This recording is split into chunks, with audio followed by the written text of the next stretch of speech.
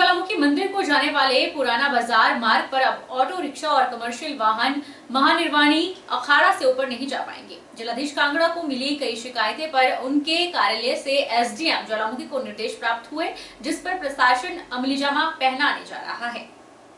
ज्वालामुखी पुराना बाजार मार्ग में महानिर्वाणी अखाड़ा से आगे ऑटो रिक्शा और कमर्शियल वाहन नहीं जा पाएंगे। कुछ स्थानीय लोगों और दुकानदारों ने जिलाधीश कांगड़ा के पास शिकायतें की थी और उन्हें फोटो वीडियो दिखाए थे, जिसमें पुराना बाजार मंदिर मार्ग पूरी तरह से वाहनों से भरा हुआ था और लोगों का चलना मुश्किल हो गया था।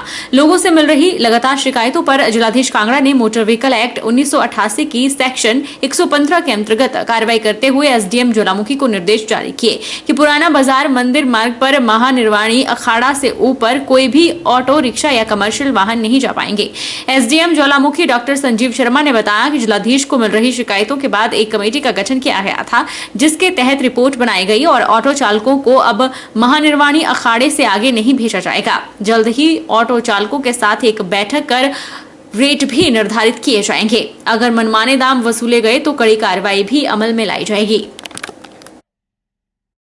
से हमें सूचना मिल रही थी और उपायुक्त महोदय ने भी हमें डायरेक्शन दी थी कि एक कमेटी गठित की थी, जिसमें कि हमारे लोकल डीएसपी साहब, ईओ एमसी थे, पीडब्ल्यूडी के एसडीओस थे। देन उसके साथ हमने एक विजिट भी किया था और पाया कि वहाँ पे ऑटो जो है कंटिन्यू ऊपर जो ओल्ड बाज़ार है, हमारा पुराना बाज़ार है, महानिर्वाणी अखाड़ा से ऊपर जाते हैं तो जो वॉकिंग डिस्टेंस पे लोग चल रहे हैं उस पे जो है उनको वहाँ खड़े होने के लिए दोनों तरफ जगह नहीं मिलती थी, तो उनको किसी के घर की तरफ को होना पड़ता था। तो हमें लगा कि नहीं, अगर यहाँ पे कोई भी इंसिडेंट हो सकता है, किसी का पैर जो है कुचला जा सकता है, हाथ बाजू भी साइड से लग सकती है या टूट सकती है।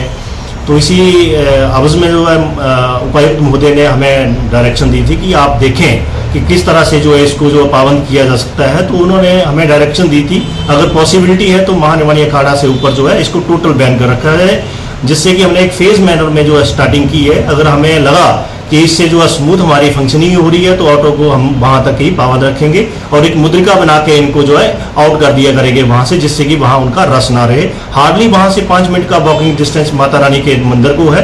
तो मैं श्रद्धालुओं से भी एक गुजारिश करूंगा कि आप भी थोड़ा माता रानी के दरबार आए तो थोड़ा सा पैदल 5 मिनट के लिए वॉकिंग करें और हमारे जो व्यवस्था बनाने के लिए प्रयत्न किए जा रहे हैं उनमें आप सहयोग करें।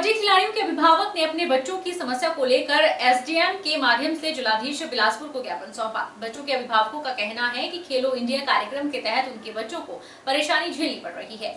कबड्डी और बैडमिंटन में मैट को इंडोर स्टेडियम से ना हटाया जाए। उन्होंने कहा कि उनके बच्चे हॉस्टल में ही रहेंगे और खेलो इंडिया के लिए अलग से व्यवस्था की जाए ताकि उनका बच्चों का भविष्य से खिलवाड़ ना हो। उनको क्यों उठाया गया, तो वो मैट वैसे ही दोबारा से वहीं पे लगाए जाएं और 6 मंथ से जो कोच की व्यवस्था नहीं हो रही है हॉस्टल में, तो वो व्यवस्था जल्द से जल्द पूरी की जाए बच्चों की। और जो वहाँ पे बॉक्सिंग और जुडो की खेलो इंडिया की जो बच्चे आए हैं उनको अलग से उनका प्रावधान किया जाए, चाहे उनको कहीं भी भेजा जाए। ठीक है, तो मैं ये चाहती हूँ कि हमारे बच्चे उसी हॉस्टल में रहें, स्टेट हॉस्टल में, और हमारे बच्चे सेफ रहें। जो इंडोर स्टेडियम में जो कबड्डी के मैट लगे हो वैसे रहने चाहिए और जो वहाँ पे बैडमिंटन के मैट है वो भी वैसे रहने चाहिए, क्योंकि ये हमारा हॉस्टल जो है वो 2005 से चला हुआ है और कबड्डी में जो है हिमाचल प्रदेश बुलंदियों पे नंबर 1 पे है। तो जो भी हमारे वहाँ पे स्टेट स्पोर्ट्स हॉस्टल के जो खिलाड़ी हैं वो स्टेट स्पोर्ट्स हॉस्टल में रहने चाहिए। खेलो इंडिया यहाँ पे सेंटर है, उसका स्वागत है, लेकिन हम ये कहते हैं कि जो खेलो इंडिया का जो भी खिलाड़ी आएंगे उन खिलाड़ियों के लिए अलग से प्रावधान होना चाहिए। और जो हमारे कबड्डी के मैट है, यही चाह रहे हैं जी कि हमारे बच्चे इसी स्टेट हॉस्टल में रहें और जो खेलो इंडिया का ये नई गेम आई है इनको अलग से इनका प्रावधान हो, हमारे बच्चों को इन चीज़ों से परेशानी मत दिलवाइए। हमारे बच्चे अब जहाँ 1-2 बच्चों की एडजस्टमेंट थी वहाँ पे अब 4-4, 5-5 बच्चों की एडजस्टमेंट कर रहे हैं। तो हमारे बच्चों को इस तरह परेशानी में मत डालिए जी, ये तो गलत काम हो रहा है। यही सर्वदेवता सेवा समिति की साधारण सभा की बैठक शिवपाल शर्मा की अध्यक्षता में संस्कृति सदन में हुई। बैठक में 170 सदस्यों ने भाग लिया। वहीं निर्विरोध शिवपाल शर्मा को फिर से सर्वदेवता सेवा समिति का अध्यक्ष चुना गया है। सर्वदेवता सेवा समिति की साधारण सभा की बैठक शिवपाल शर्मा की अध्यक्षता में संस्कृति सदन में हुई। बैठक में करीब 170 सदस्यों ने भाग लिया। वहीं शिवपाल शर्मा को निर्विरोध सर्व देवता सेवा समिति का अध्यक्ष फिर से चुना गया है। सभी कारदारों ने शिवपाल शर्मा को फूल मालाएं पहनाकर बधाई दी। अध्यक्ष ने सभी उपस्थित सदस्यों का दोबारा से उन्हें अध्यक्ष चुने जाने पर आभार व्यक्त किया। इस दौरान समस्त कारदारों ने मुख्यमंत्री और विधायक धर्मपुर विधानसभा क्षेत्र का आधा बीघा जमीन देवता के नाम करने पर धन्यवाद किया। इसमें कि लगभग 170 सदस्यों ने भाग लिया। अनेक विषयों पर, जिसमें प्रधान श्री शिवपाल शर्मा जी की अध्यक्षता में अनेक मुद्दों पर चर्चा की गई।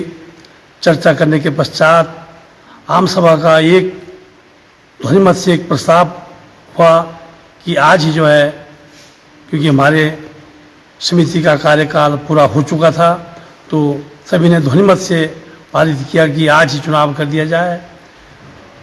बाद में चुनाव प्रक्रिया करने पर पुनः सर्वसम्मति से जो है माननीय श्री शिवपाल शर्मा जी को पुनः जो है आज अध्यक्ष मनोनीत किया गया।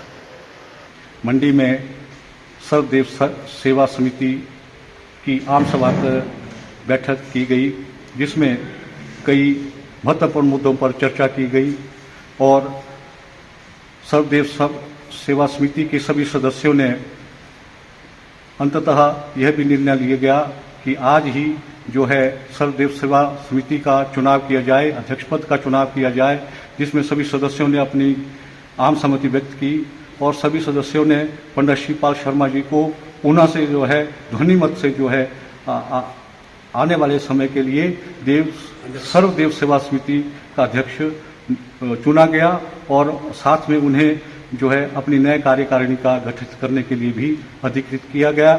और मैं पंडित शिवपाल शर्मा जी से यह आशा करता हूं कि आने वाले समय में जो है हमारा सर्वदेव समाज सेवा समिति जो है उनके नेतृत्व में पुनः से आगे बढ़ेगी और देव समाज के लिए जो है महत्वपूर्ण कार्य के लिए। नूरपुर की पंचायत सुलियाली गांव के प्राचीन प्रसिद्ध डिबकेश्वर महादेव शिव मंदिर में एक अद्भुत घटना घटी। गांव के एक व्यक्ति मनीष ने बहुत हिम्मत और साहस दिखाते हुए इस घटना को अपने फोन में कैद किया। यहाँ पर दो नाग आपस में मौज मस्ती से खेलते हुए दिखाई दिए, फिर थोड़ी देर बाद अचानक से गायब हो गए।